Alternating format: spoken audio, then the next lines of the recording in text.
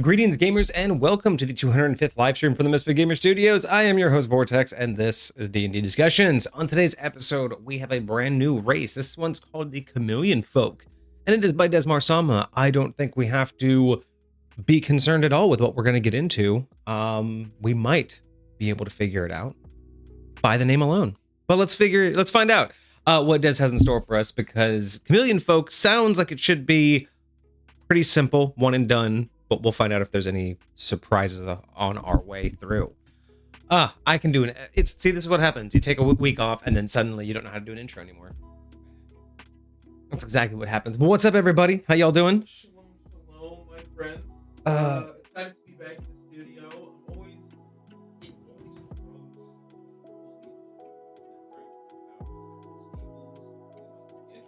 normally there. And like this past week was Yep. everything that I normally do in a week that helps me like hit those milestones of okay, it's Monday, okay, it's Wednesday, okay, it's like I did none of them, so I was just holding lost. But I mean, granted, it was like a vacation week, so you know you're off doing other things. It just feels Yeah, and same thing with me is just having called off both the streams, and I got so much done around the house, but and I got a lot of relaxing done. But at the same time, where the fuck did the week go? absolutely. Like, I feel like you take a week off and it should feel like forever, and no, it's like, oh, I took a week off and there's nothing. It feels like forever, and then when you're like, oh, I have a whole absolutely. Yes. Yeah, exactly. That's exactly how it is. But we're back. We're back. Des, okay. Oh, your mic's not plugged in. Thank you, Des, for calling that out.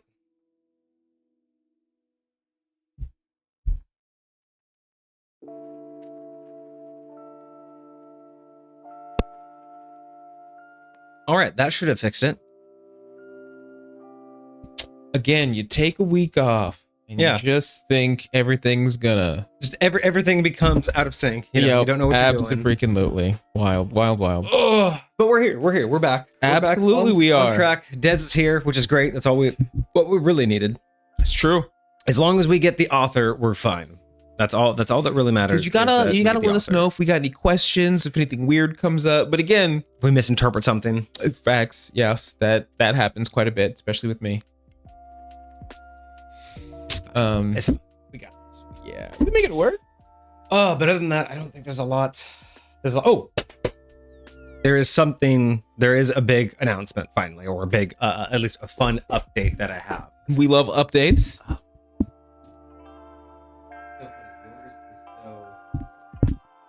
Bright compared to mine, so I have to like turn mine Oh, up so it we're, like color balance, because I'm so much more blue when my light's down, because you're Wild. like washed out. This Friday Yes. Oh, we have a stream idea. oh, 'Cause I is got it? Is it time? I got Is it time? It's yesterday. time. Nice. I got it yesterday. Absolutely. I am Heck so I'm so happy for this, It's dude. still sealed. I'm surprised you haven't just taken a look at the pieces yet. Yeah, I've been too busy. Oh, that's fair. That's But quite dude, valid. like I did not expect Oh this beefy of a game. Oh my Like, how much gosh. what would you call that? That's That's at least 5 pounds of game. at least, dude. This thing is hefty. This might even be 10 pounds. Goodness It's gracious. yeah, it is a game, and I'm Yes. so excited. Oh, it's so gonna be so. Cool. we are busting that open. Why is it I giving hope me Risk vibes? I have no idea how it works. I saw that you posted that TikTok Yo, ad for it. I looked it up, ordered it that same day. I went to the game shop, ordered it, dude. and here I am so sad. Dude. Part of the reason why I didn't open it is because I needed to talk to you and Vixie about it before Friday, on whether or not we should do a full-fledged unboxing of it on stream, Sure. or if I should go ahead, get ahead of the stream, learn it, so therefore I can give a summarized, abridged rule setting, and we can kind of get right into gameplay.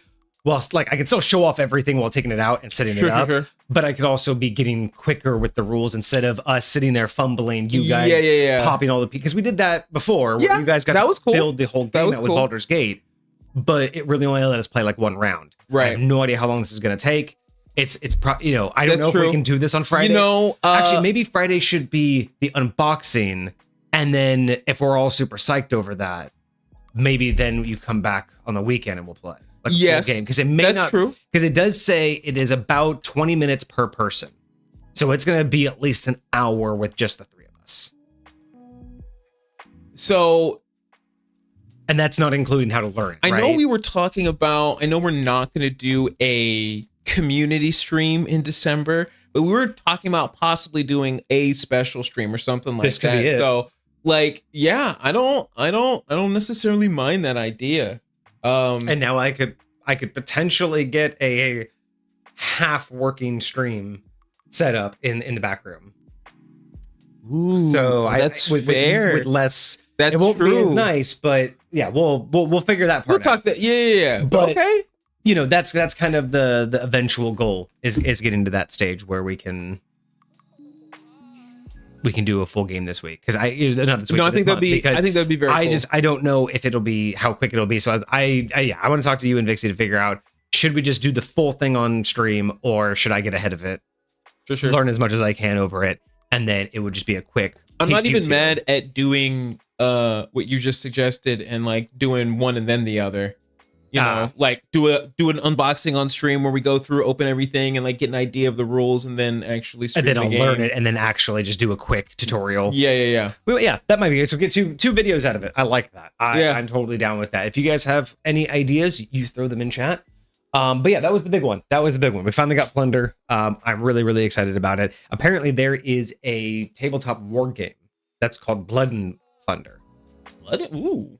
And like it is- 40K or something yes, like it's very 40K-esque. that. Okay. But it is its own game, its own system, its own tile base, but it is all pirate themed, and everything else like that. And you have to build up all of that. that's kind So of lame. it's like pirate with ships and like fortifications and stuff, I guess. Sounds really, fascinating. I've never really been into like the tabletop war games, but if there's a pirate version, that might get me into it. I mean, like, listen, the theme. And it's only like a the theme kinda 3x3 makes it- grid or a 6x6 grid, so it's not one of those like like a 20 foot massive, long- massive. Yeah, okay. it's always, like what am I thinking of? It's always limited. Okay. It always has the boundaries Right. that are set. So at least each game would be different, but boundaries change. So yeah, we might be Wow. getting that one too, because I think that would be really cool to get both of those games. But this Friday we'll be at least unboxing Plunder, and then I'll learn it, and then we'll do some specialty stream whenever we can squeeze it in this month, and we'll play on stream. Phenomenal. All right. Well, other than that, I have nothing else, so I guess we can get right to it. We don't have a big stream for y'all today. Usually races don't go that far. I don't think this one is more than a page or two. Yeah. So, yeah, Pretty straightforward, but we're gonna hope for some more. I've been very impressed with Dez's builds, especially his races, because they gave us like an entire compendium of races, like on their what do you call it? Was it a book? Was it whatever their submission was when they first gave it to us? And I've really enjoyed a lot of the races that they've had over there. So it's pretty legit. I'm here for it. I think it's the. What happened? Oh, Testing. Check.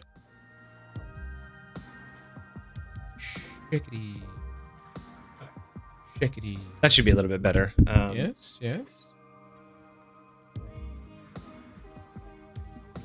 The audio is a bit different now, so I have to. Fair I have to enough. double check. Okay.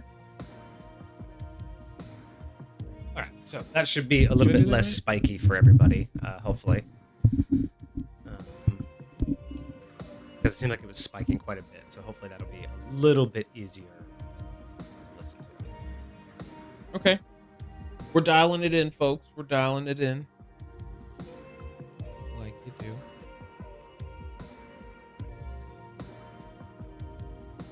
Always trying to improve, right? That's always what we do here. Try to improve. Absolutely. All right, so let's get to Dez's. Let's get to Dez's submission. All right. So today we have the Chameleonfolk, a new playable race by Desmar Sama.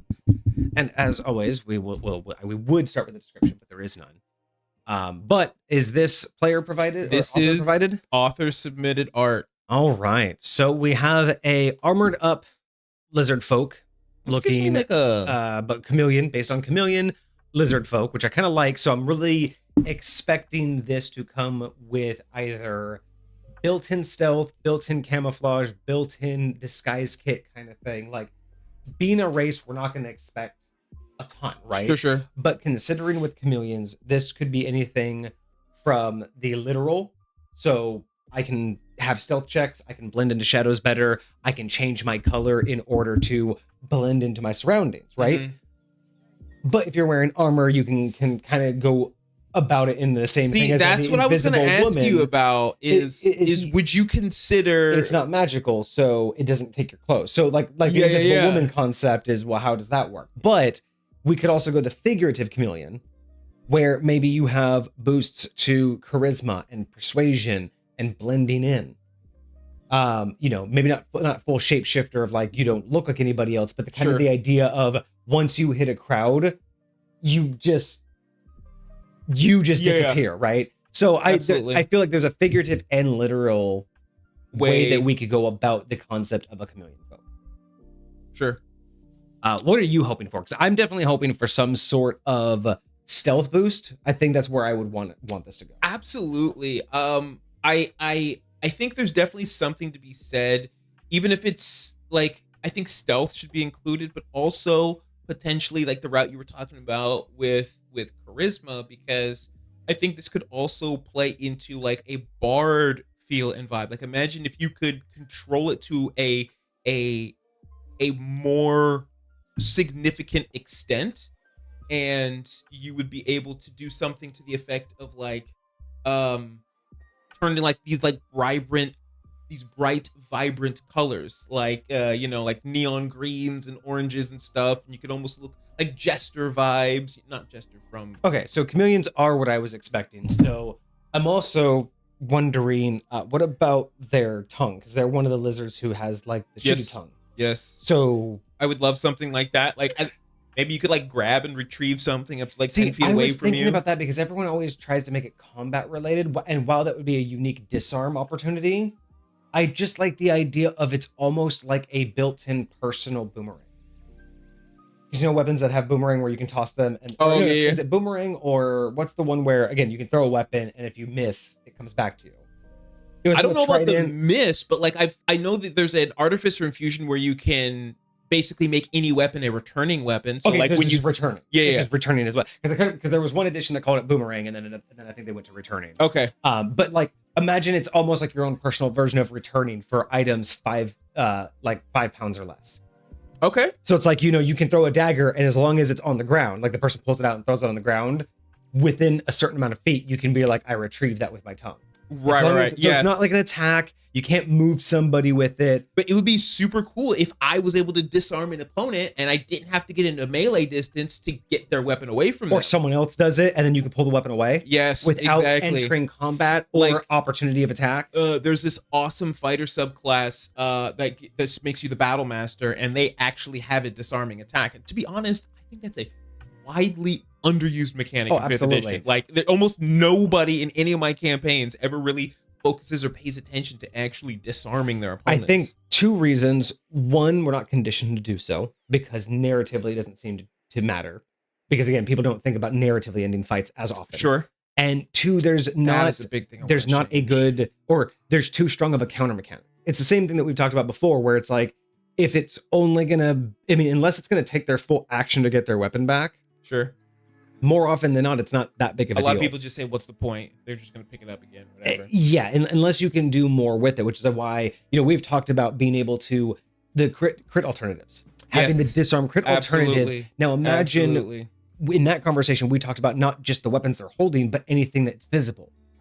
So imagine you are fighting against a warlock or a wizard who has a spell book, but they're also able to melee fight you. Sure, Right, sure, so sure. they have their weapons out, and you do their crit to make them drop their booklet, and then chameleon guy comes in and snatches the book away just in time for them to remove them from their spells, kind of thing. Right. Like that's the combos that I'm thinking would be really good with this, because it's, you don't, when it comes to races, I tend to like abilities that make you either a great asset to the team, like basically their utilities. Like I like races to come more with utility abilities than stand out like I'm choosing this because this ability, right? I kind of want them to be more lore based and more on the utility aspect, because you already get so much from your class.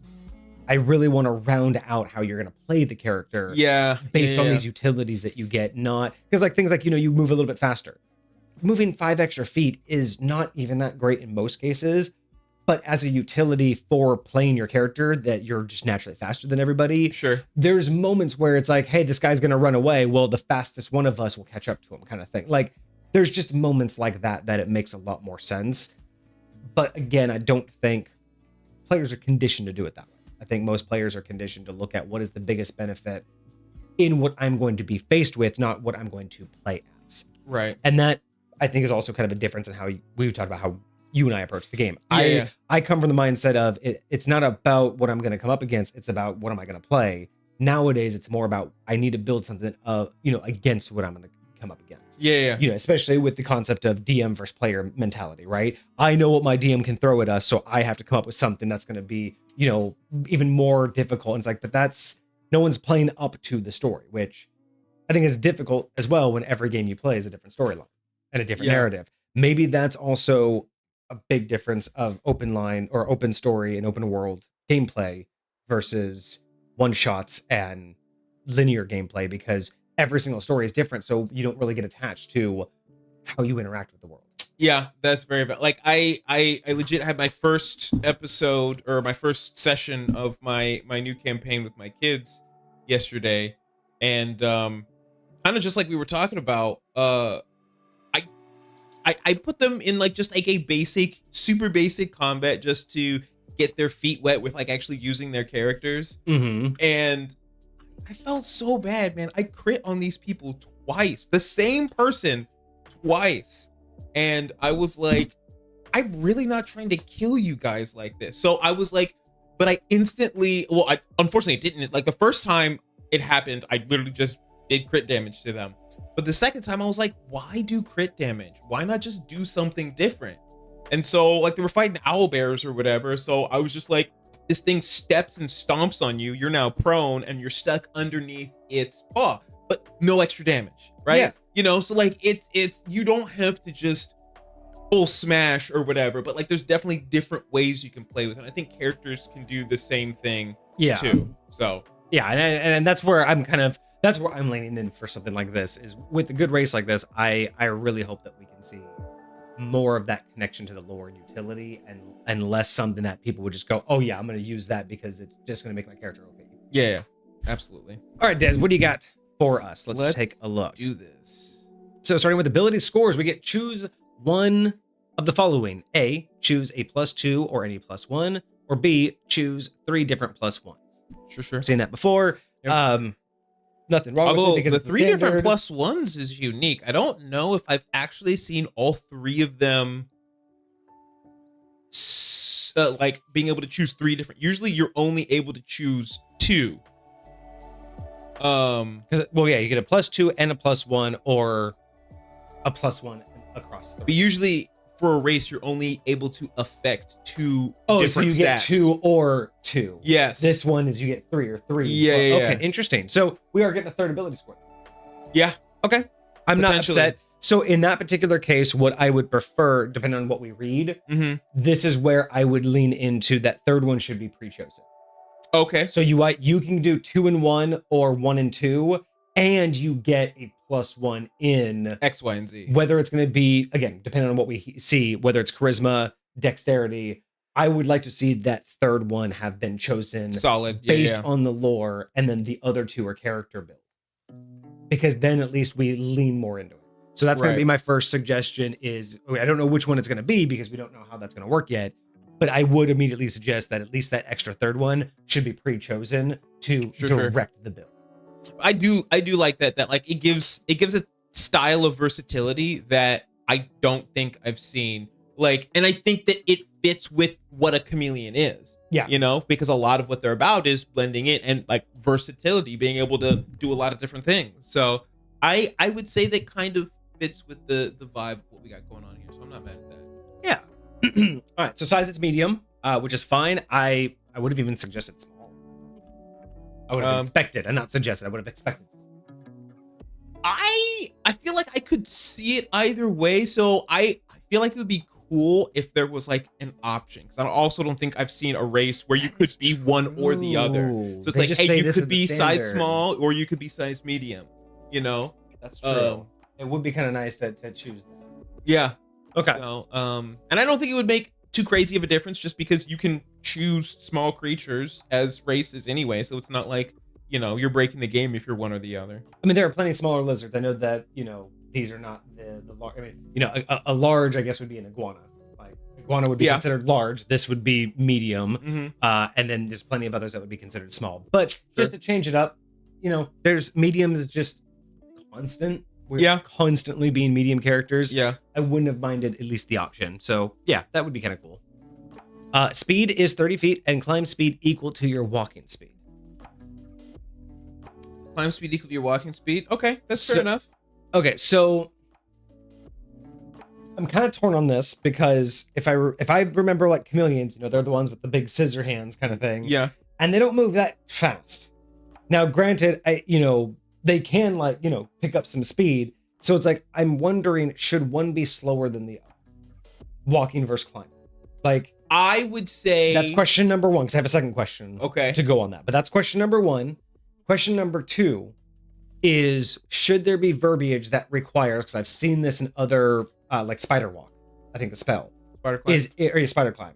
There's a specific one that specifically states that you have to use all 4 limbs to climb. I don't know if that's in 5th edition or an earlier one, but there was one that... Yeah, that must be in an earlier one, but I kind of like that. Because it specifically stated that, because there were some that just let you walk like on a wall or on the ceiling. But there was a specific one that said you had to use up your hands in order to do so. Right. So it basically meant you couldn't fight from that position. And I think it was specific to movement. Like you could stand on a wall vertically and fire a bow, but to move, you had to actually crawl. Right. So that would be my second question is, would this be better to give them that requirement of you have the ability to climb, but you have to have both hands free or one hand free? So to your first question, I'll say from what I understand of chameleons, I would say I agree with your initial statement that they feel like when they're moving, they're much slower than potentially other creatures of their size, right? So I would say maybe having a slower movement speed would be valuable, but I would say I feel like their walking speed and their climbing speed as creatures is roughly the same. So I would, to me, I like the fact that these two are tied together like that. So say if you become a much faster chameleon for whatever reason, you're going to be able to do both things better. You know what I mean?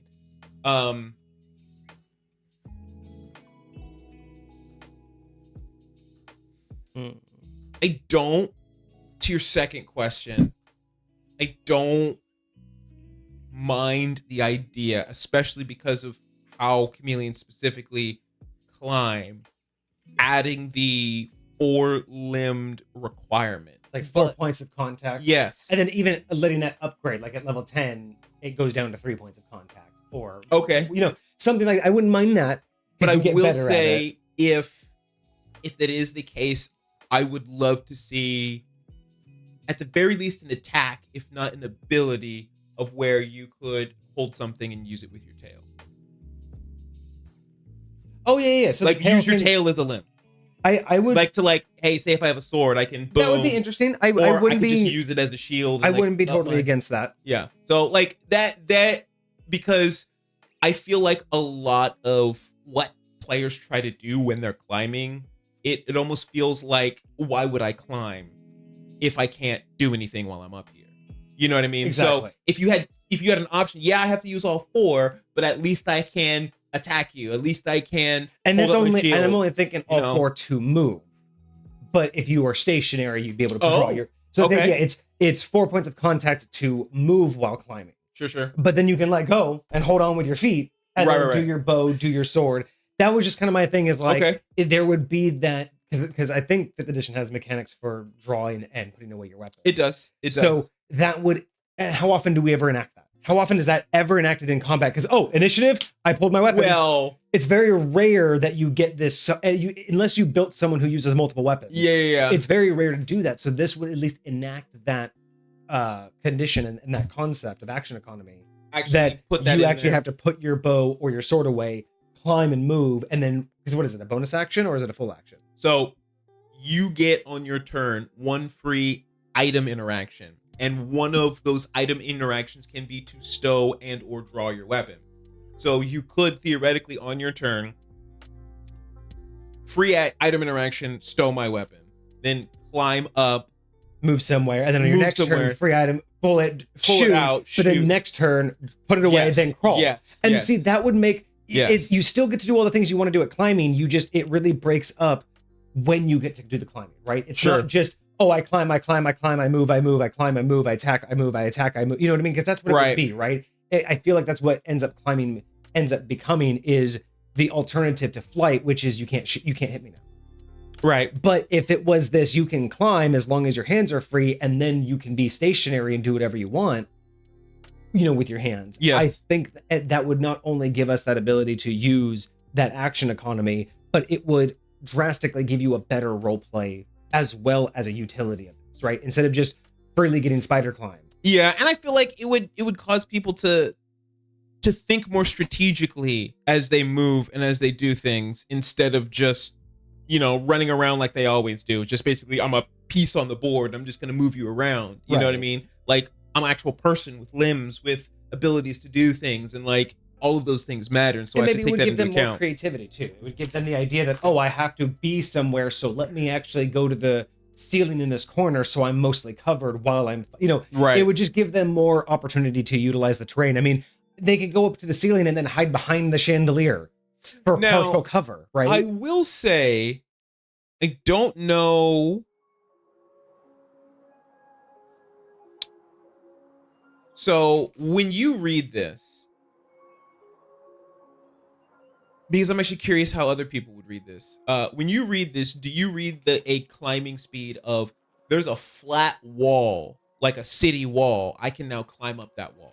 So that's debatable. I think that's always been debatable with climbing. I think that's always been on DM discretion on whether something is physically climbable. You good? Yeah. So, and I think that's always, like, for me, it's if it's a sheer flat marble wall, I'm Mhm. sorry. Now, granted, spider climb, I think that gives Spider you the climb, ability you can do that, to yes. stick. But no one's just going to start climbing unless you have pythons, right? This, I would say, you have to reasonably be able to climb it. But this would just say, unlike someone who would have to rock climb and do dexterity and strength checks Sure, and sure, actually climb the wall, you just go, as long as there's something I can grab, I'm super good at grabbing. Got you. So I would not let this get away from anything else that would require, that if you couldn't do it without tools, then this can't do it. Okay. If you can do it without tools or without spider climb. Yeah. Because if you needed tools, then there wouldn't be a surface to grab. And Right. if you need spider climb, there isn't a surface to grab. But I think that would be all on the DM. Okay. Because the way that their pads work, I know it's like super friction, but it's not sticky. It's just like a super friction, I think. So I don't think Yeah, that's what I'm saying. That's so I definitely feel like there needs to be something that you're grabbing. And I feel like that's the case with most things with a climbing speed. Yeah, I think most Like- climbing things are, you know how to climb without equipment. Yes. You're a base climber, like, right? if everybody else would be making checks, you don't make checks. Right. And they also need equipment, right? They need the ropes, they need the pythons, they need to stick it in, they need to tie themselves off. They actually need to do, actual mountaineering. You just kind of go, I got this because I can feel my way up, right? Like, I feel like there's the a free totally- climber, rock climbers, and stuff Yeah, like I feel that. like you find the crevices, whereas they're kind of doing the feel around. They have to, actually make their own sometimes. Sure. So that's because you have the climber's kit. That's what it's for, right? I mean, It's yes. to help you not die. There would be some scenarios where I wouldn't make them use climbers. Like if you're just climbing a tree. No, You know that's what I fine. mean? I'm just talking about, like, if you're gonna have to go and like hold yourself up there. Yeah. You're never gonna fall.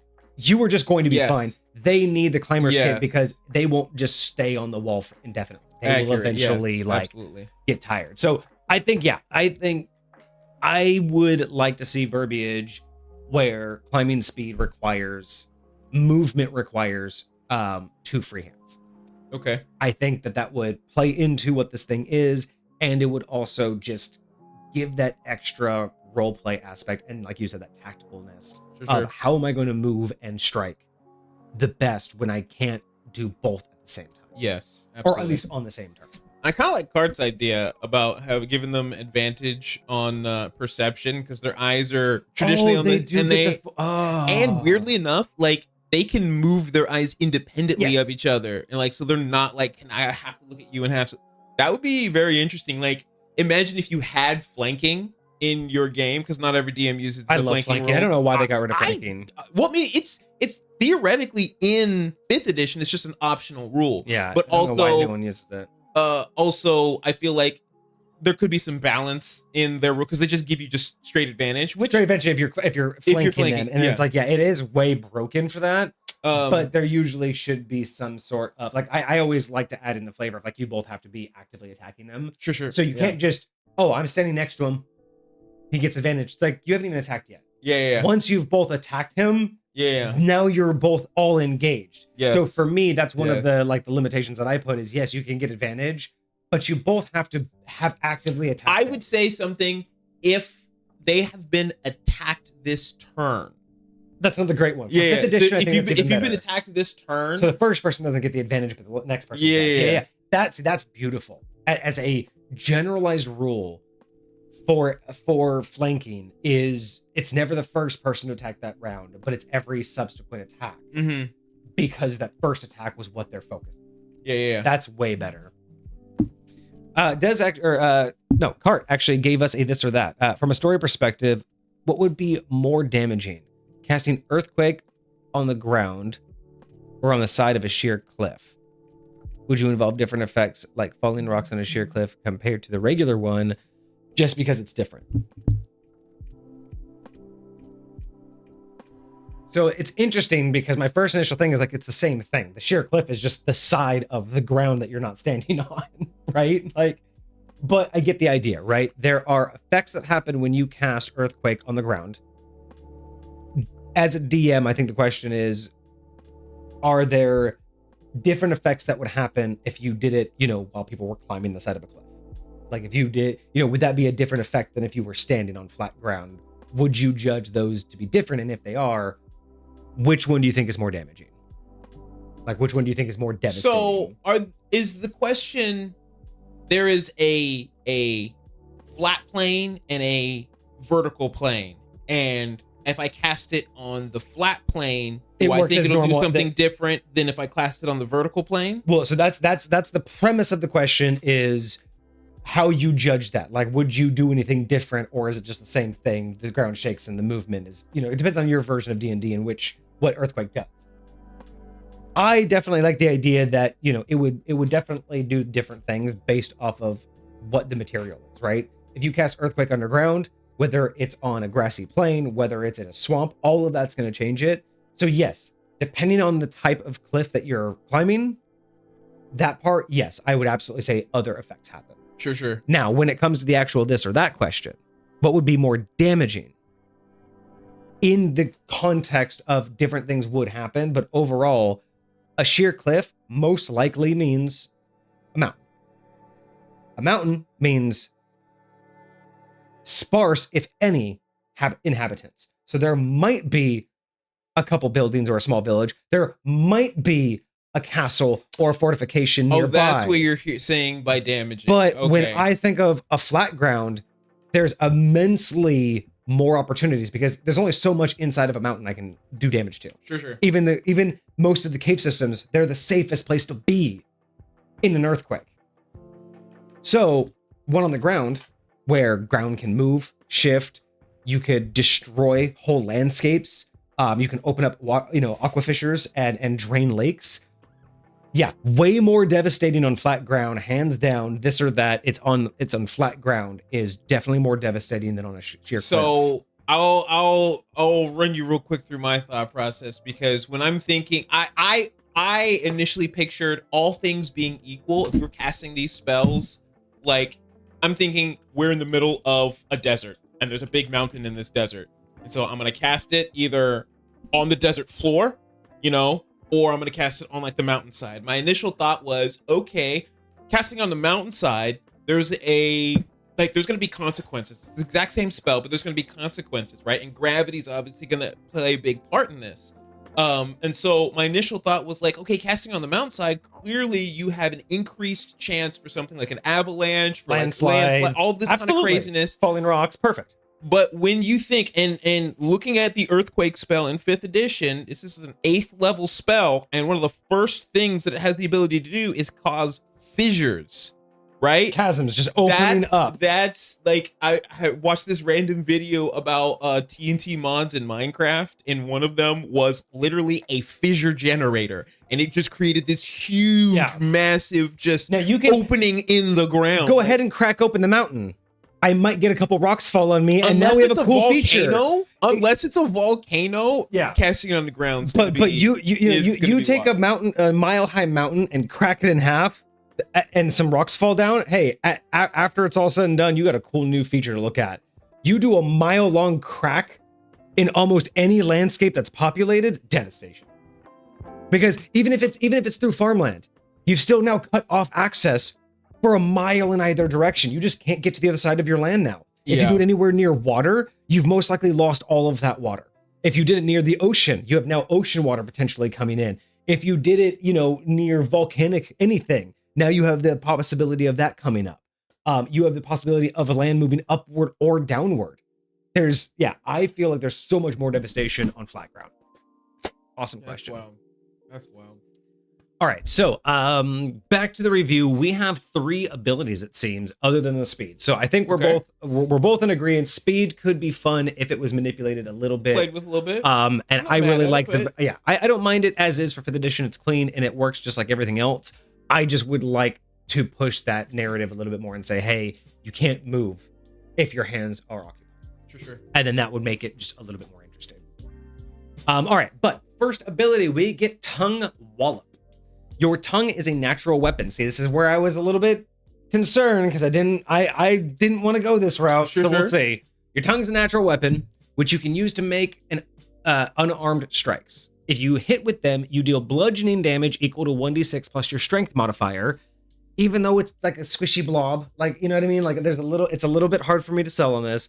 This attack has a range equal to 5 feet times your proficiency bonus. That's basically max is 30 feet. So I'm gonna say this. I don't think the range should scale. I don't think your tongue is growing the more you level up. I think the range should be static. And I think it should be somewhere around 10 to 15 feet. And in reality, it's only up to twice its length. So Chameleon's tongue is approximately twice their length of their body, with some of the smaller species being able to do 2.5 times. Sure. So again, if we're medium, maybe 20 feet at your absolute max, but I think 15 feet sounds a lot better. Like, that's kind of what I was thinking of when we were doing the retrieval thing. Yeah. Like I was thinking like 15. Yeah. Like that 30 feet's a hard sell. And I don't necessarily understand. I think you're right. I think, because I was thinking 10 to 15, but I think 10, there's plenty of other things that give you a reach of 10, so I think 15 would feel more valuable here. Right. And again, from a race, that's something that you wouldn't have normally heard of. Yeah. Again, I'm not a huge fan of this being used as an attack.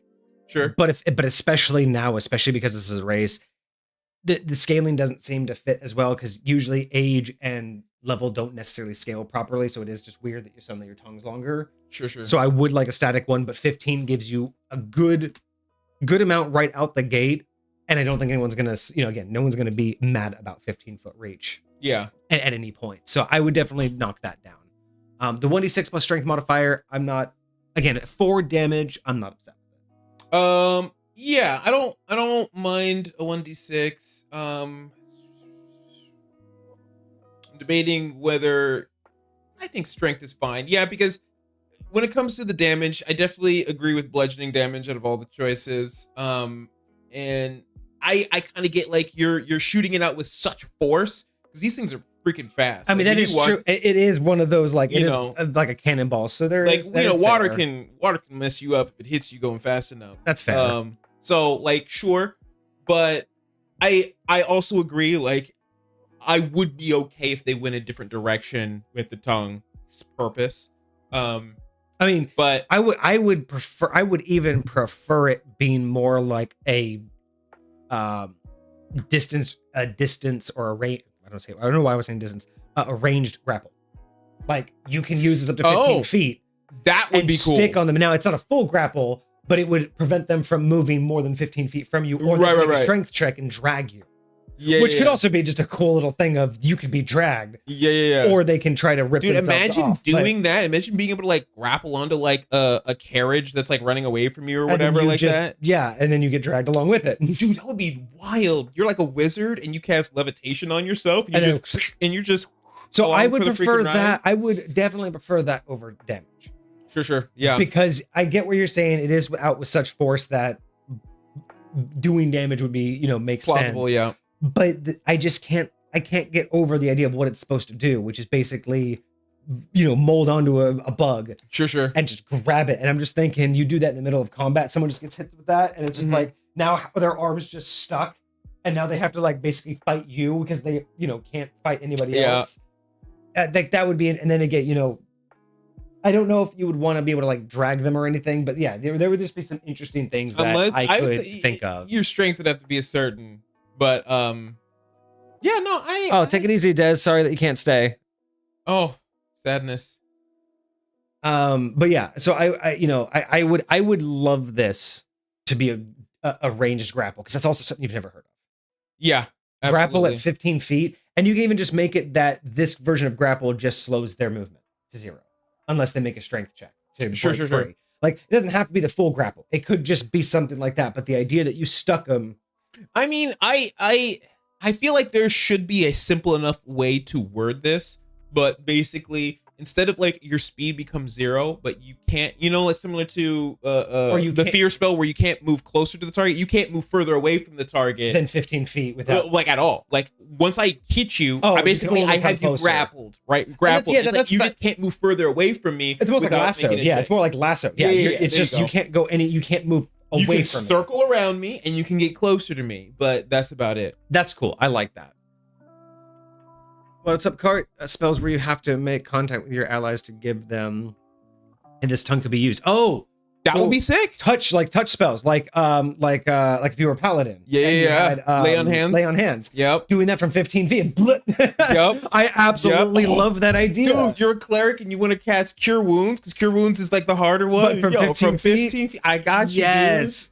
That's actually kind of clean. I love that. I think that would be, again, and if you moved that more to the grapple thing, then that. Oh, dude, the grapple thing, you can't move away from me.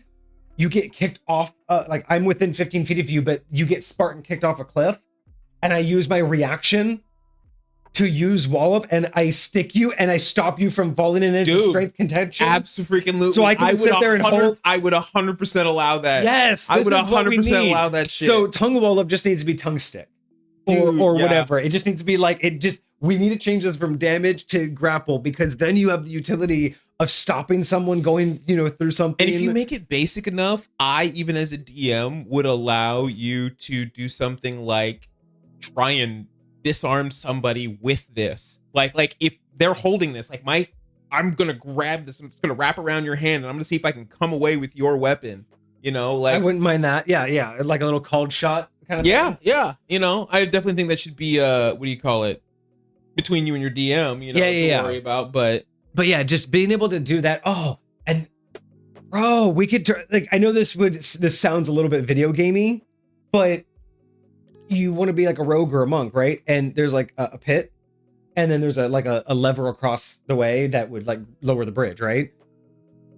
So you have the opportunity to run, jump, tongue out to like something, snap it, and then swing on your tongue. Oh, a little Indiana Jones status. Yeah, heck yes. Just it's a little video game to do, but I would allow it. I would absolutely allow a little tongue swing. Yep. On the right kind of surface. Yeah, like you're not going to do it to like a rock, like a rock, like a stone wall or something Yeah, like no, that. it has to be But something like, that's like, if there's you like know, a vine or something, or like a tree branch, and you can't do it with or- other people. Like, you're not strong enough to hold their body weight, but you could swing yourself, and that's it. Sure. You know, but to get like, or hit the lever. Just if it's enough. Yes. You know, there's so Imagine much you, here, man. You try and go and make this jump, and you like botch your athletics check to jump for whatever reason, and you only make it like halfway across the ravine. And then you're like, "Ah, let me get it. Oh, you get locked in jail, and the jail cell bars are just wide enough to, bleh, and then you can get the key from across the Dude. room. Get yourself. That would be mad. I clean. want this. That I would want be this mad so clean. much more than bludgeoning damage. Again, utility over function. I know that sounds weird, but utility over function, because this is very functional, but I want more utility from this. I think there's so many more ways to play with the idea of it being sticky and instead of bludgeoning. Sure. Because I think this makes it a little too focused on a combat piece, and I feel like this has way more benefit out of combat. But even in combat, there's still a lot of stuff to do. Sure. Absolutely. Yeah, that would be cool. Okay, we got two more. Without a trace, starting at 3rd level. Interesting that, again, this one's going to be a progressive. I don't mind that on racial abilities though. Starting at 3rd level, you can cast the invisibility spell with this trait without requiring a material component. Once you cast a spell with this trait, you can't do so again until you finish a long rest. You can also cast a spell using any spell slot you have of 2nd level or higher. Interesting. So this is just straight out invisibility. This is what we were talking about earlier, where how should this happen? Now, I see what Dez is trying to do. I see a lot of, I think Dez is literally trying to solve the problem that we were having at the beginning, the conversation we were having at the beginning of the stream, which is, how do you justifiably do proper invisibility when it's you, not your clothes? And I think that this was the solution. I don't know. Tongue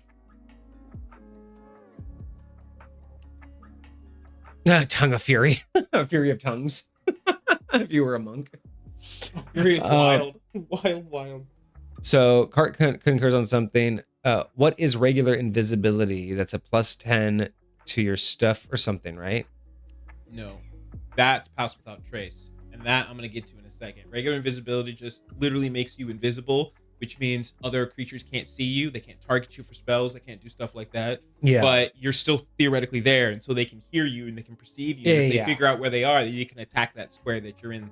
They'll have disadvantage on their attack, but they'll still be able that's to do why so. that's why I feel like with this one, I feel like I get where it's coming from. This idea that you want to be able to hide yourself. Now, in one respect, I'm torn on this, because in one respect, it's a little bit weird that you have a magic spell that does it, but at the same time, 5th edition, this is one of the issues that I take with 5th edition, is that they're really bad at representing things, because they're trying to be so consistent and static that when you say something like this, like in 5th edition's mindset, what they believe should happen is this is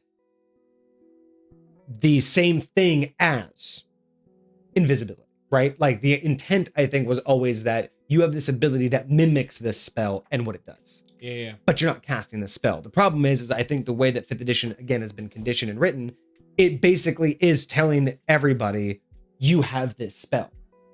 Now, this is the problem, is right? Because it's you get the spell, you get to basically cast a spell without a spell slot. But the problem with that is you're reinforcing that you have a spell. And whereas I would prefer, and again, this is just more about 5th edition, it would be better that says this works as if you had cast. And to me, there is so much in those few words. So they further reinforce that this is a spell, saying that you now know this spell if you're a spellcaster. Exactly. And that's where 5th edition to me is the failure here, not Dez, because Dez is just going with what they've been conditioned with 5th edition. But this is the problem, is I would love that 5th edition says you can do XYZ ability as if you had cast XYZ spell. Like, because if it just says start at 3rd level, you can become invisible as if you had cast the invisibility spell and then just go on to say you can do this once per long rest. Like, that right there tells me everything I need to know. It's not a spell. It's not magic. I am doing it. And that also differentiates who can fuck with me. So I agree, but I would actually take it a step further. because I don't like the fact that this is just saying you're straight up invisible. I would say if you want to basically get the same effect, and I feel like this would be way more advantageous, is basically say you don't get the I'm not here effect, as in people can't target you, but you do get the they have disadvantage on attacks against you. So basically say like your predator invisible, not actually invisible. Kind of, yeah. But like you're blending in with your background. Like they look like they're seeing past you, so it's almost like you have like mirror image on you or something. Like they know where you're at, like you're here, or at least I know ish where you're at, and so I can attack at you, but I have disadvantage when I'm trying to do so because you're tripping me out when I'm trying to hit you. Okay, so this one wouldn't work as well in combat because I think that's what this might be for, combat. Yeah. Sure. But it's only once, so it's not that useful. But how about this? What if it was a passive ability that for every round you didn't move or take an action, you either got a bonus to stealth or perception or what, like essentially the idea that the longer you stand in a spot up to a certain, like it would just cap out at a certain amount, the longer you sit in a spot, the harder it is to target you or track you because you're slowly blending in. So it would be more of a passive thing where, like, for every round you spend not moving, it's either a +1 to your AC or I do like that. I do like that. Because I know what they're trying to do here. It's just I don't like the idea of giving them magic. Giving them a spell doesn't make sense to me. I agree. What if instead, and we could literally call it something else because it would do the exact same thing, but basically, like a rogue, you can now take the dodge action as a bonus action. That's it. This dodge action just basically says, attacks this round have disadvantage on you until the start of your next turn, right? It's simple. You have to do it every turn. It's requiring a little bit of action economy out of you. And it gives you the effect that you're looking for, being harder to hit. Yeah. And you can do it as much as you want, as long as you got a bonus action to do it. I don't mind that. Right? I don't mind that because call then it the something idea, else, so it's not like I'm dodging, but like, call it blend. I can now cast blend. I can now use blend as a bonus action, basically taking the dodge action. As a bonus action on every turn, and there's plenty of other things that are going to take up your bonus action economy. So it's not like there's going to be no reason for you to do that unless you pick a build, like maybe you're a barbarian and it's something that you want to do every turn or whatever. Yeah. But I do think what you were talking about is more practical, practically applicable because, a lot of what makes you harder to hit is being still and not moving around. So like not moving or not taking an action, but I feel like that's, especially if you're in combat, Well, and that's why this would be, again, a utility that's used in other situations. Like, you could just be like, hey, I'm going to go post up at the bar and listen for stuff. I'm going to go post up in the bar. I'm going to wait 3 turns and boom, no one sees me. Now I can just listen. It would be like people just forget you're there. That's my point. So I don't know how you would calculate that, whether it's they have, like it's like a negative to their perception on you, sure. Or so for every round you get another number, or it's just straight disadvantage. Like I don't know how you would calculate it in 5th edition, but I like this idea or a bonus to your stealth check. I've never heard this before. That's kind of why I like it for this. You cannot be perceived with passive perception. If you spend like a number of rounds, not moving. if you like stop moving for like I would say like 3 rounds is fine because out of combat 3 rounds is nothing. Exactly. And in combat you don't care about passive perception, so it's not going to benefit you in combat. Yeah. But that could be like the out of combat version, and then like I don't know what in combat would be, but I like the idea of if you're not moving. And like somebody's actively like looking for you, maybe they have like disadvantage on a check to try and find you if you've been not moving for a time. But outside of that, like I think that's phenomenal. Like just that right there is passive. Like because normally you get like a crazy high passive. You notice everything, right? How about this? This would be crazy. This would be so crazy. No, this is it. I know it would be a little bit not comedic. It would be a little bit not comical, cartoonish. It would be a little bit cartoonish, but you know what? It's an equivalent to casting invisibility. Because I like what you said. I actually like giving them the dodge action as a bonus action. Okay. I think that should automatically be available, right? At 3rd level. But here's one to replace the invisibility. You can take the hide action even in plain sight. You don't need a shadow. You don't need to lose line of sight. Okay. You could just be like, hey, bro, I'm the wall now. And think about it, because what they'll do is they'll go, did he just disappear? You're still standing there, but to them, they're like, bro, what the fuck? And so all you gotta do is like kneel down, and then you still get the benefits from hide. You can take the hide action even without line of sight, or because what is the hide action? It requires breaking line of sight. I mean, there's no, that's the problem. Like, there's no like specific articulation, but like, I feel like it's something you need to be lightly obscured. Okay, but this one could just be, you could take the hide action in any environment, or like, or without being obscured. You could take the hide, whatever the language, but being able to dodge as a bonus action and take the hide action without being obscured. Those would be really fucking clutch. Fucking cool. That would be really fucking cool. How is that not the same thing as invisibility?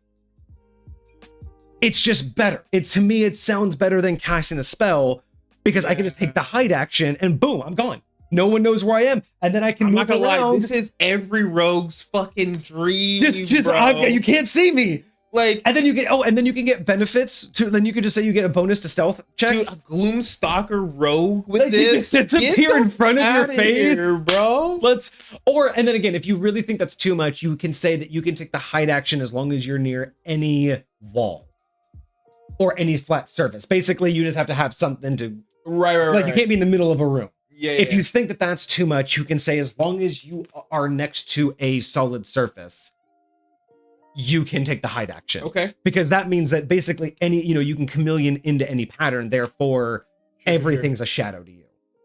So maybe that's the way that you could word that better and make it not, because I could see in the middle of a room, with nothing, and suddenly you're just like, ah, then you might as well be casting, you might as well be casting invisibility. But I do like the idea of you could just be you're walking through a hall and then you walk by a pillar and then you just don't appear on the other side, but there's no shadows. Mm-hmm. But you just don't appear again, and people are like, wait, what the heck? And you just stopped moving and just went, and then you're just like, that I think would be so cool. Is just you truly can become the backdrop. Kind of like what you were saying with the Predator thing. You basically become not invisible, but translucent. Yeah. You take the hide action. That's what I'm going to say for without trace. I'm not mad at that. Without trace, in my opinion, would be dodge action as a bonus action. And you can take the hide action next to any solid surface. Or however you want to interpret. And I do like tongue wallop as well, being the sticky thing. Like the temporary or the partial grapple. And then we finally have prehensile tongues. We have another tongue ability. Oh, hey, here we go. You can grasp things with your tongue. Hey, so we got it. This feature has a range equal to 5 times your. But okay, so same thing. Yep. It can lift a number of pounds equal to twice your strength score. I was gonna say twice your strength modifier. I was hoping twice your strength modifier in pounds, because then the best you can have is 10 pounds. I'm thinking that sounds better than if your strength is 20 and you can get 5 times or twice, so 40 pounds. You still can't drag a person, but then again, if we were talking about being able to like stop your ally, I guess that's over 40 pounds, so that wouldn't help, right? Yeah, see, so it would be like twice your body weight. But then that means you can basically move anything. So how do you balance that, right? How do you truly balance it out with, if it's, I don't know, maybe weight's the problem. Maybe just, because it says you can lift a number of pounds. And I get that, right? I get that's like where the thing is. But all of our ideas, being able to swing, being able to help an ally, being able to grapple, all of those would definitely require. So I will say, when it comes to specifically swinging and helping an ally, I would say that's technically the same thing because it's your ability to not let go of the thing you're holding on Which to. is why I'm like, when it's twice too your heavy. body weight would be like a more realistic what your tongue could handle. But again, you're not going to be able to like, oh, I'm just going to let my tongue over like this cliffside and then just like reel up 500 pounds. It's not like that. Yeah. You can hold, and maybe that's the difference, is the difference between pulling, as in I can retrieve an item that's 10 pounds or lighter, Sure. but I can grab and just sit attached to something twice my weight. Sure. Right? So it's like I could retrieve a sword off the ground, but I'm not going to be able to reel you off of a cliff. Someone else is going to have to help, but I can stop you from falling. Sure. That's how I would say. So maybe the verbiage should be you can lift, and I would say you can lift up to twice. You could lift / manipulate up to twice your strength modifier in pounds. I just had the worst idea. Like imagining rule DM is like, oh, my buddy just fell over the cliff. Boom. Oh, I got him with my tongue. And then And he someone has slices some the dude tongue. like shoots an arrow and just cuts your Oh, I would do it. I've already thought about it. Sorry, you say evil DM. The entire time I've been thinking when we were talking about this grapple, I'm like, so can I attack the tongue? Like, is the tongue a target? I've been thinking that the whole time. Hell yeah. So yeah, I would say that like the prehensile tongue would be like you can move and manipulate up to twice your strength modifier, but you can hold up to twice your body weight. Okay. And that's where, because again, So that then would would you only let matter. you swing with an ally? Technically, yeah, one ally. And that only really works if we change tongue wall up to this whole ability of the sticky, of the grapple. Sure. And it's mainly the grapple part. Change wall up from damage to grapple. Mm-hmm. Then this thing is you can grasp things. So it's just differentiating the difference between holding still, like the grapple part, Right. up to twice, and manipulating something up to like 10 pounds. Got it. So that's where I would think the difference is, and I'm totally fine with both of those. Okay. I think you should be able to again retrieve, and I don't know about 40 pounds. Maybe you guys would think that's fine. I think up to 10 pounds makes more sense than up to 40, because again, we're going twice your strength modifier or twice your strength score. Yeah. And I think it's strength modifier, but you can disagree with that. But I think there should be two. I think there should be one where you can move and manipulate, and then there's a static hold strength. Because the static hold strength can be like saving somebody, grappling somebody, or swinging with somebody. And then the other one is retrieving weapons, disarming, and doing things like that. Okay. So that's how I think I would personally adjust it. Oh, there we go. But if you get your tongue pierced, then you could make it into piercing damage. Or That's if you fair. get like a piercing with a ball joint, then you could actually do your damage with it. Dude, that'd be. But then I would say you might be more at risk of that sucker ripping if you already got a hole in that thing, man. Like, Ooh. So this might be where we need to divide into subraces. What if there was the ball tongues, and then there was the regular chameleons? So the regular chameleons are the Des, grapple ones. when you watch this back, you got some homework to do. You need to make some sub races for the sucker. Because think about it, like you have the grapple ones, right? That are all sticky, but then you have like the ball tongues where they have it's been morphed to where their tongue doesn't stick, but it's like a cannonball. So where their brethren are like sticking to insects and sucking them in, this thing goes. I knocked that one out, and then they just go and eat it. Either you knock them prone or you knock them back 5 or 10 feet. So that's the idea, is you could just change them to where one grapples and pulls them in, the other one just knocks you out from like just punching you with like a lead ball on the end of their tongue. I like that. All right, so you can bool objects, and then you can use it to do the following simple tasks: lift, drop, hold, push, or pull an object or a creature. So everything that we were talking about. Open or close a door. Yeah, so that's where again. That must be a creature that's only 40 pounds. Yeah, that's where it's a little bit weird. Interesting. Open or close a door or a container. That's a little like doors I get, but some of these are very fine-tuned, like a container. Like, what are we talking? Like, how fine-tuned is this thing? Like, I would say a chest, not a jar. Yeah, exactly. So there needs to be a little bit there. You can grapple someone, or make the aforementioned natural weapon attack. Your DM might allow other tasks added to this list. Your tongue can't wield weapons or shields or do anything that requires manual precision, such as using tools, magic items, or performing the somatic components of a spell. I mean, I don't know. I think it'd be cool if I'm a sword and shield wielder and I can do this thing at like 15 feet. I think it'd be kind of cool to just, as a bonus action, toss my shield up in front of me and then attack you with it, and then it grapples the shield and then slams you 15 feet away. I mean, and then that would be cool. Pulls my shield back, and then I just take it off. Just basically like Captain America slam you. Actually, lightweight. Like, why could, like, yeah. So I think we are absolutely on the same page with Dez here. I think my biggest concern is the attack. I would remove the attack, keep everything, but Dez, my suggestion would just be put prehensile tongue, just bring it all together. Everything that we talked about. Sure. Just say these are the things that you can do. And again, split the weights. There's one that you can manipulate, and then there's one that you can hold statically. I think that would be the key to making it make sense why you can grapple people and swing, but why you can also pick items up.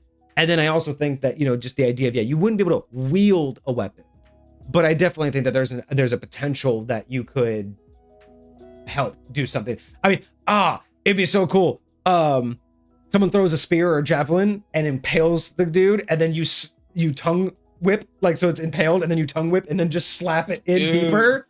So I was like, along your Captain America lines, you could like do a ghetto version of that as is. If I just chuck my shield at you like Captain America, and it hits you immediately after it hits you, bring that mess back. Like, let's freaking.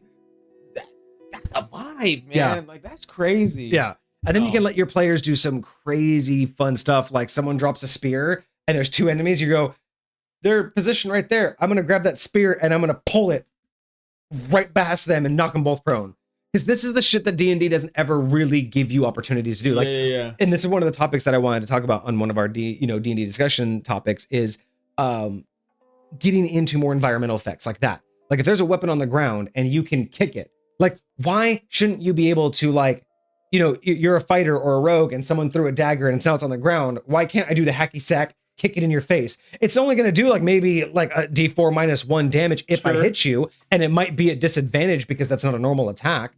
But that's the kind of stuff that I miss, right? It's kind of like the reason why they have improvised weapons, but no one ever does it because there's no real benefit when there's anything else to do. I mean, you might as well just do an unarmed strike than an improvised weapon. But improvised weapons should always have some additional like benefit to them, right? They like stagger the enemy, make that, if you hit them in the back of the chair, it doesn't have to do a lot of damage, but move them 5 feet, make them stagger, make them, again, one of the options was initiative, messing with initiative. Sure. Was one of my favorite ideas that we need to talk about one of these days is using initiative as a condition. Because again, can you imagine, it's like, so let's say you have first initiative, BBEG has second initiative, and then the rest of your team has 3, 4, 5. Sure. So imagine you at first initiative picks up a chair, like the throne chair. You're the barbarian. You say, I pick up the throne and I bash it around his head. Now, granted, your weapon would have done 1d12. Sure. Let's say as a DM, I say, well, it's going to do 1d8, 1d10, we'll call it. So still not as good as your weapon. But you do that and you stagger him. Basically, you hit him so hard, he's now in initiative 4. Oh, I like that. Because when we think about stunning characters, we think about removing their ability to act. But imagine you come over, if you hit this dude with the chair, what's going to happen? He's going to get hit. He's going to stumble over, and what's going to happen?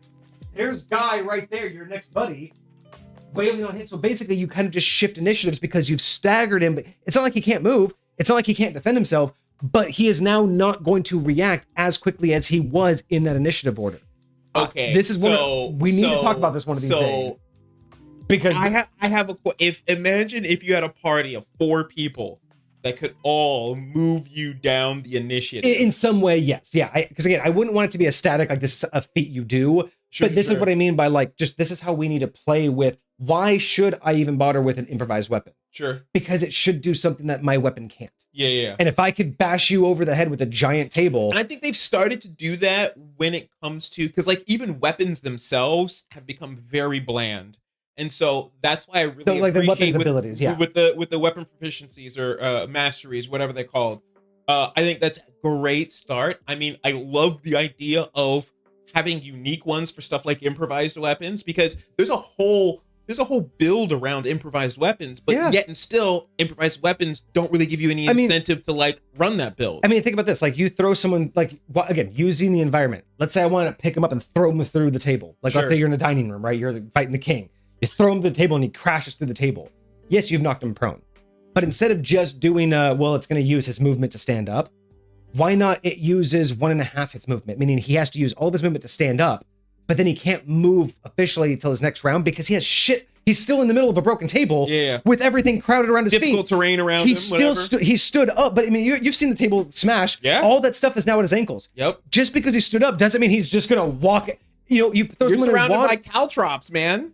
You're basically having to leave a destruction zone. That should cost you more than your movement in one turn, which means it's going to affect you up at like, this is what I mean by like initiative conditions, is things that either affect your initiative or affect you through initiatives. Right. Because it's just not played enough. We keep this number as if every, again, the flow of battle is this ching, ching, ching, ting, ting, ting, ting, ting, ting. You know, it's like everyone has to go in this perfect order every single time, and everyone's perfectly responding every 6 seconds in the exact order. That's what the Final Fantasy taught me. It happens every single time. I got as much time as I need to choose what I want, and then that's why I like dynamic initiative, because it helps you imagine that you're actively constantly changing your values in your perception, right? Right. Things are happening which could speed up a decision or hold a decision back, right?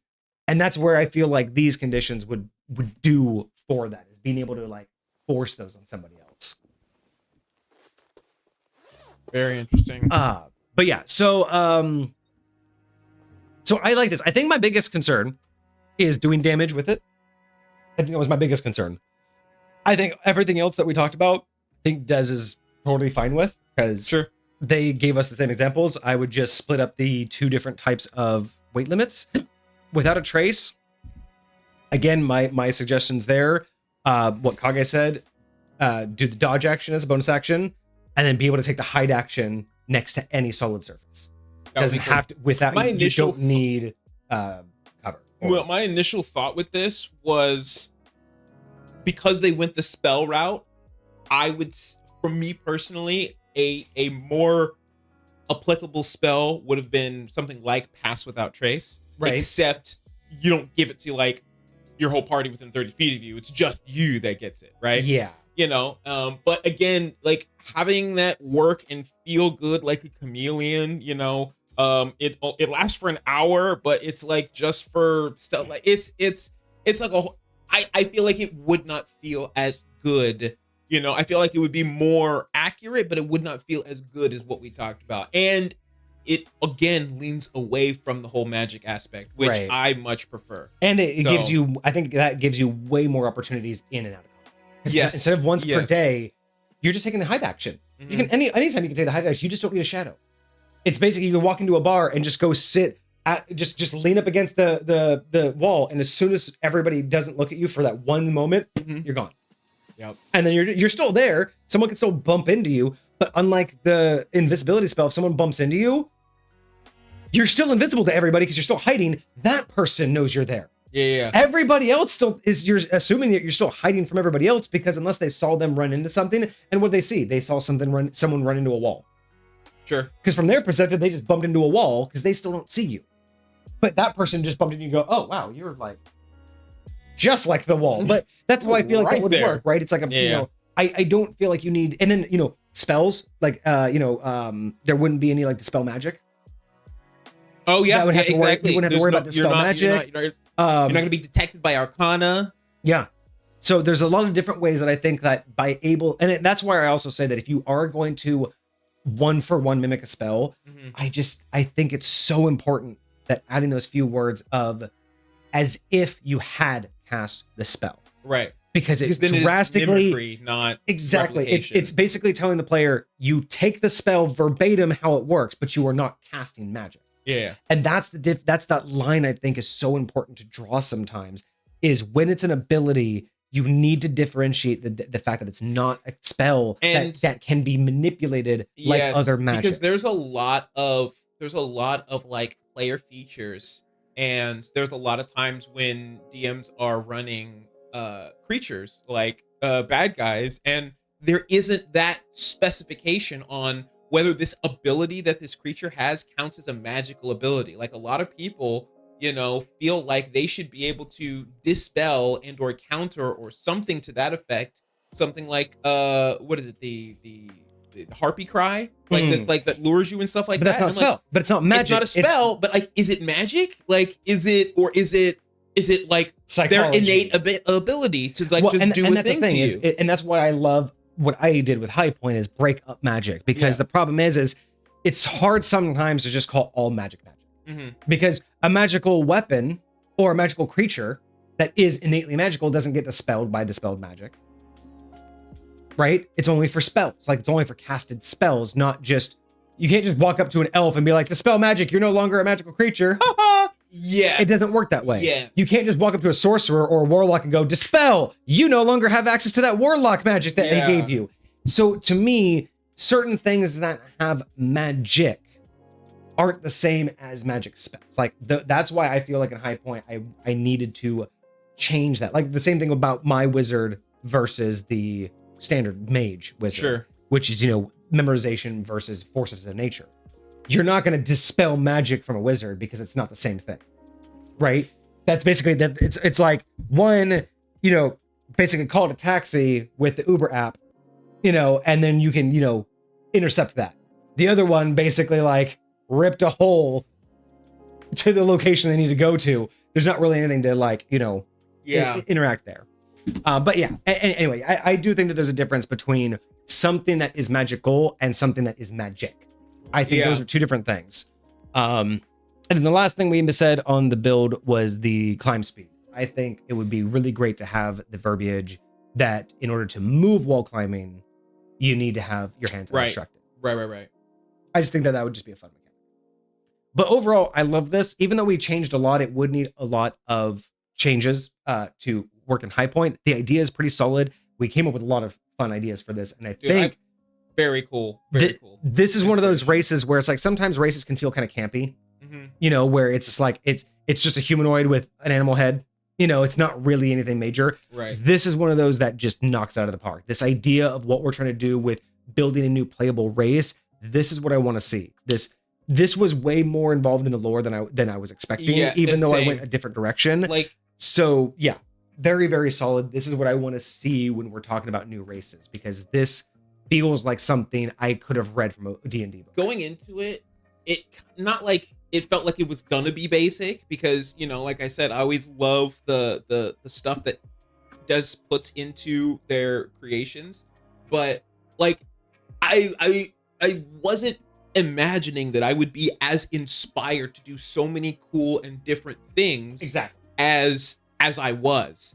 And so I think the way that this was presented was so like the ideas that it sparked, that it brought forth, I think that was all because of how Des put this together. And the fact that we want more, the fact that I want another race, because I want to be able to differentiate how to use this tongue in so many other ways. Yeah. And I don't know how many ways you could really do it. Sure. But I just, even just a bludgeoning tongue and a grappling tongue, just being able to select what type of chameleon I am would be awesome. And then you could even do other ones where, one does the hide action and then maybe the other one is able to almost look like other races, kind of, just a different type of, like, there's so many ways that you could break this down. So yeah, well done. It would need quite a bit, but it is going to get an inspiration point. So I'm going to give this a 7 out of 10. Very solid idea. Very clean. I mean, really, there are too many things that I would have needed to differentiate, but yeah, it's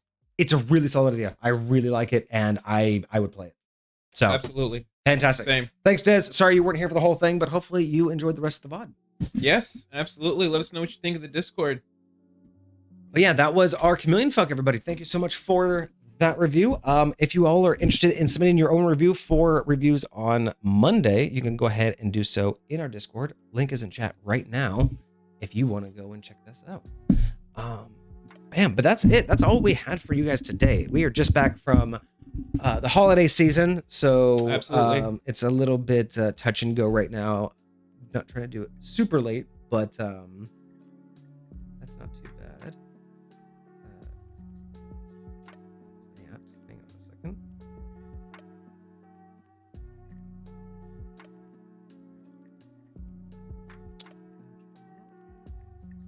Yeah, doing good, doing good.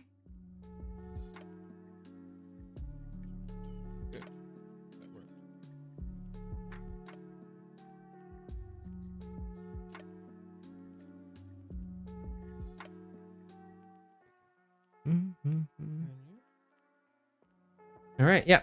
So all good, all good. My question was answered if the tongue would be considered an improvised weapon.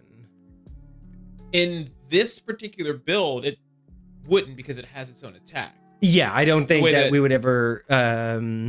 Yeah, let me double check where that was. Would your tongue attack be considered an improvised weapon if you get the improvised weapon feat? Yeah, no, I think what you could do is if you took the improvised weapon feat, that would give you the ability to say, do what I suggested is like toss up like a rock or your shield and then attack it and then grab it basically along with your tongue and use that to do Right. damage, maybe. But yeah, because it has the basic attack, I don't think it would have to have its own. What is improvised weapon feat? Yeah, what's that actually called? I don't know. I 'Cause thought it was there- an improvised weapon.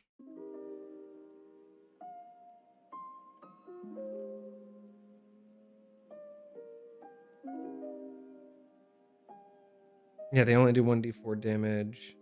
The Tavern Brawler? Object. Yeah, You're Tavern proficient, Brawler. you're Yeah. proficient with improvised weapons. Okay. Yeah, Tavern Brawler. So I would say an improvised weapon is something that you are not trained with.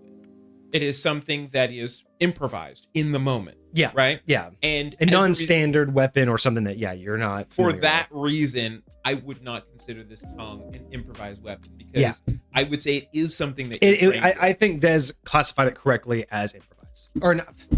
Natural. It is a natural. weapon. Natural, yes. That feels very effective. Yep. All right, y'all. Well, yeah, that was really fun. What do we got next week? Next week, I'm just getting that ready for us. Next week, we have a submission by Hecate. Hecate, we have a druid subclass. It is the Circle of the Twilight Monarch. Ooh, Circle another of the butterfly. Twilight. The Monarch. Freaking love the Venture Brothers. All right. Well, we Amazing. got the Twilight Monarch next week, and this Friday we are gonna be playing some Plunder. So or at Yes, least we're gonna be indeed. unboxing the game. So come One or check the us other. out for the unboxing, and check out or make sure that you are up to date on your notifications because I will be doing a lot more streaming. Hopefully coming here. Well, actually, not even hopefully. I will be doing a lot more streaming. I streamed twice this weekend. I did 2 6-hour streams this weekend. Nice. One was just some testing with some new settings since we got the new computer. And yesterday I did the Art of Rust base tour. So I was actually part of that. Dude, I'm gonna go watch that. Is that on the YouTube?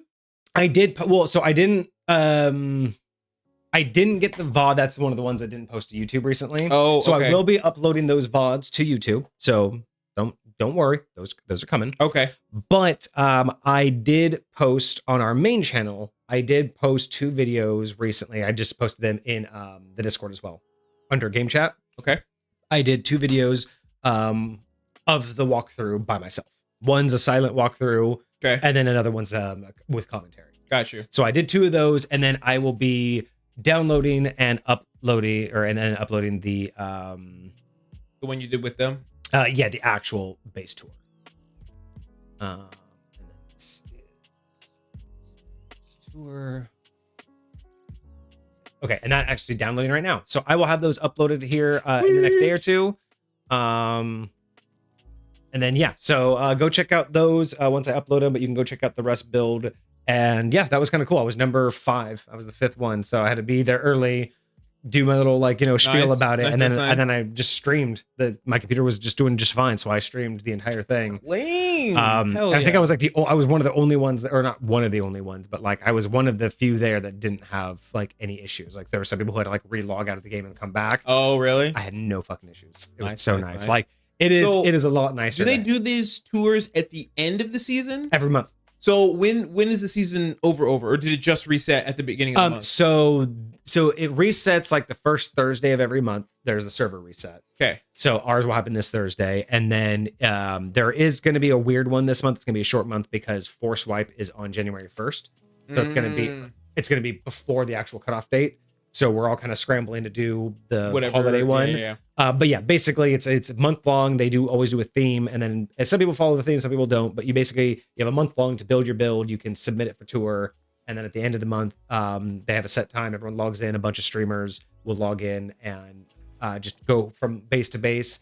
They usually have one person, one of them admins, doing the initial like introduction. They hand it over to the author if they're there. The author will make some explanations, let you know what you can expect or what you need to do, and then they'll just be there for answering questions. And yeah, it's I can't wait to post the videos. Yeah. Because oh my god, are they just like some Beautiful. of these builds? If you want to see better quality than what I have, I would definitely suggest going to Monstera. She's one of the streamers. Oh yeah. I and one of the remember main you talking artists. about her. She usually does the base tours, but in like the admin mode, so she can fly around a little bit. Oh, cool. So she can actually get much more up close and personal with some things, and she does better visuals because I can just run around basically. Mhm. So I would definitely suggest going and checking them out because it's really cool. Okay. Let's see. So we have one more question from Cart. Making an artifact weapon with split personality. What are some progressive moods you're looking for? Progressive. Because they're gonna have to be echoes of souls trapped within, having a total of 10. And I have some personalities down and who they were before, looking for some more. I mean, I'm thinking of like, I mean, if these are going to be like souls that were taken, you know, you could go cliche. I mean, a good example actually would be the movie 13 Ghosts.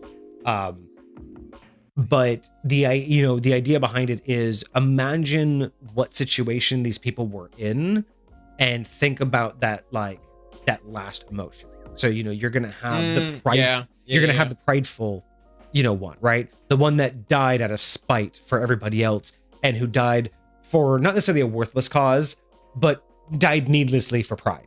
Sure. You know, then you're going to have like, you know, the heartbroken, you know, the one that died because they decided they couldn't go on anymore. You know, you're going to have the wrathful, the one that died seeking revenge.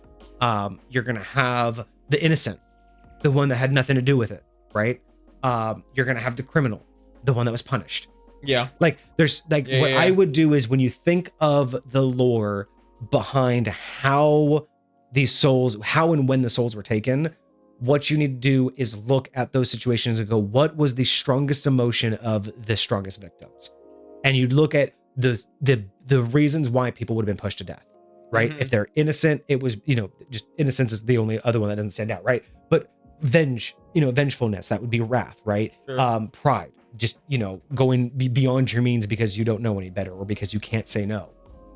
You know, heartbrokenness, the fact that it could be a king who just saw his armies devastated and gave up, or a general who just lost his son. Like there's so many ways that you can say like the heartbroken, right? These don't have to be kind of like, you know, tarot cards, but they don't have to be mystical and you know, romantic. It could just be the heartbroken of, I just saw, you know, my life's work destroyed. I'm not going to fight anymore. I just can't fight anymore. Right. You know, you can do the overcome, the one that should have won in every respect, but you know, was just overpowered.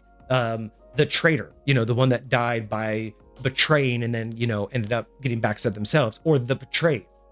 Kind of like, you know, like think about like the movie 300, where they only died because they got betrayed. Yeah. So it's like there's all of these things where those, and imagine that moment they died of seeing that the only reason it was. Imagine if one of them was King Leonidas. Yeah, exactly. But the idea of like when they died, those people would have been shown like you only lost because of him, and then that instant feeling of emotion of being betrayed, and that's when they died. Guess what? That's the soul you're dealing with. The one whose pride was like, you know, someone warned him, you know, you need to stop, and he said no, and then 2 seconds later he's dead.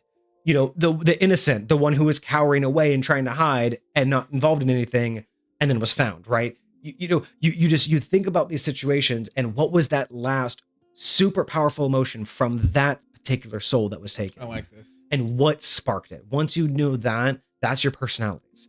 And each and every one of those could come with a litany of lore, right? Why was the person wrathful? And do you even care?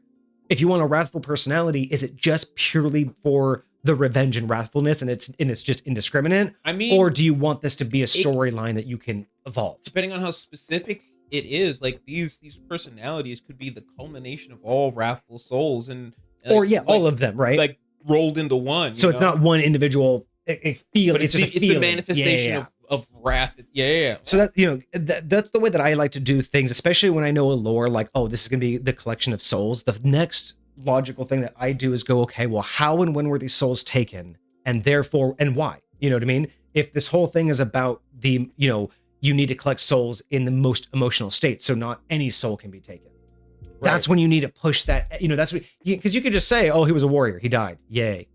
Sure. But when you need it to have a strong emotion and it needs to be a powerful soul, a soldier that died out of pride is one of the strongest out there, because they're the one that's going to go through a third of the enemy's army with 3 arrows in them, a spear sticking out of their side, and covered I don't care how dead I am. Yeah, and they're still and they're still going to be pushing, right? That's the soul that you want for all of the wrong reasons.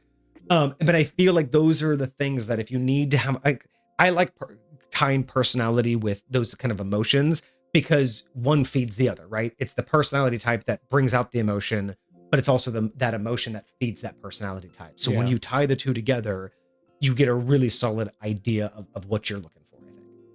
And again, it doesn't always have to be evil and bad, right? As I said, like the innocent or the betrayed. These could be the most benevolent souls, but at the moment of death, the emotion was so strong that that's the emotion or the personality that it took. Because like the betrayed, if we're talking about not even just power levels, but just personalities, right? The person that got betrayed, that personality is just going to be one of sorrow and despair and, the woe is me and you can't trust anybody. The heartbroken is going to have that personality of woe is me, but for a different reason, right? Absolutely. Like I tried, one's going to say, I tried everything. I was so good. How could they betray me? The other one's going to be like, I've lost everything. Nothing matters anymore to me, right? 2 completely different reasons to be done with your life. Right. The prideful one, his entire thing is just going to be like, no one should tell you no. Fuck that. I don't care. Like, those are the personalities that you could pull from that.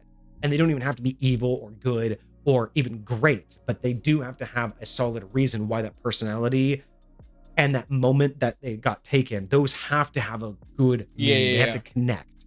And that's where I would go with it. So hopefully that answers your question. Let's see. So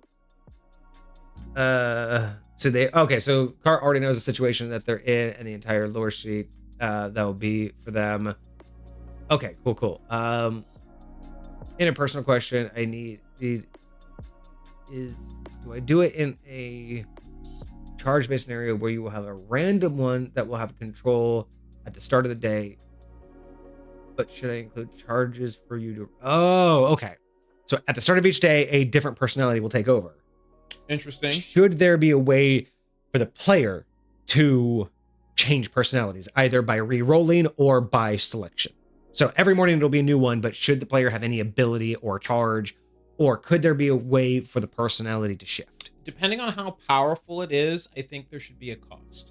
There's always be a cost. Like it definitely should be a cost, but like, I don't know if it should be a cost that's also intentional. I think it could happen, but I don't think it's one of those you flick a button. It's more like if it takes too much damage, or if it does a certain, like if something happens, it would basically jostle and a new personality would come to life. Sure. But I don't necessarily, and so the player could control when that happens, but I don't necessarily want it to be a player's going, I don't like this personality change. It's more of a, I could make the situation happen right now that would change the personality for good or for bad. But I feel like from what I'm getting from this, and I don't know anything else about it, it feels like it should be random. I don't know if I want the player to have any choice in the matter. Well, in terms of either the selection of the personality, it very much, when it comes to that, for me, it's all about the mindset of, was this a created item?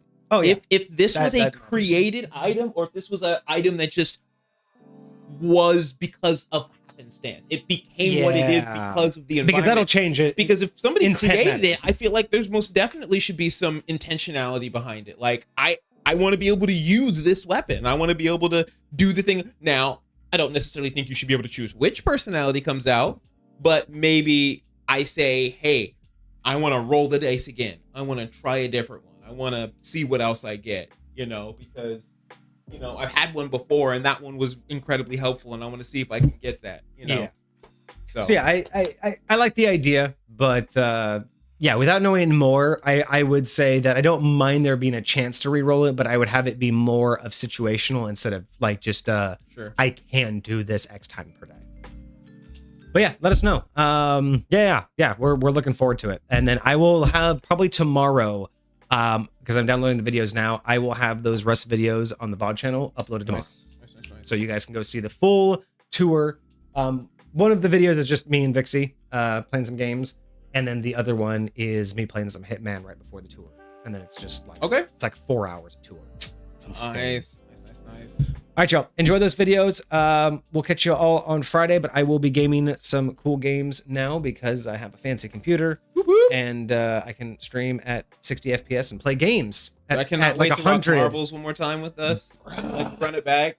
Dude, it's so we different. can finally do zombies without it like blowing up on like the last freaking level. Yeah. Oh my gosh. I can just play without it being 10 FPS. That's all I care about. It's not 10 FPS. Absolutely. You're gonna be leaving me in the dust looking like I'm crazy. I know, right? All right, y'all. Have a great rest of your night. I hope you guys had a fantastic weekend. I hope you have a great week ahead of you. We'll be back on Friday, but if you see me gaming, come in and say hi. But yeah, have a good rest of your night, y'all. Cheers. Deuces, my friend.